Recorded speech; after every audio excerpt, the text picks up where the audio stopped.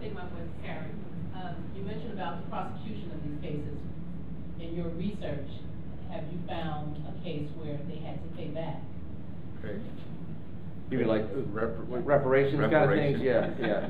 No, no. And at the end of the book, I'm curious what Sam. I've never heard you really go after this. The question was, should there be reparations or not?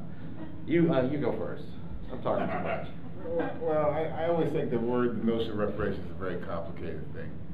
I mean, part of me as an African American thinks that that this country owes us something, but I'm not sure if they have enough money to pay what they owe us. So I'm always a little conflicted about the notion of reparations.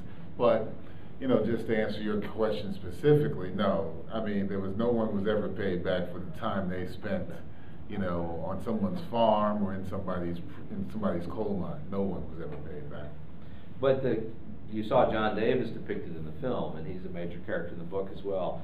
And John Davis, who testifies, there's this investigation in 1903 where a whole bunch of white people, this guy Robert Franklin and John Pace, and some of those names, and a bunch of others, who had been involved in basically this criminal ring that was kidnapping people, and black people on the back roads of Alabama, and selling them into slavery and trading them and all that. It's just unbelievably complex and violent and vulgar criminal enterprise.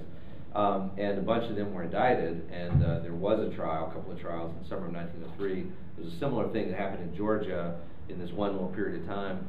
But John Davis, that black guy, who had been kidnapped in September of 1901 and then was still being held as a slave in 1903, he takes the stand and testifies against the man who had been holding him as a slave. And I believe that he was the first African American in American history, you know, to sit in a witness stand and testify against the white man who had enslaved him. And I do think it's still not what you're talking about. But there was for me, that's a very powerful thing, and that makes him a very, very, very powerful character.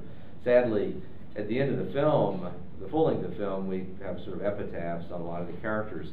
And in Davis, we say that his fate after the trial is unknown.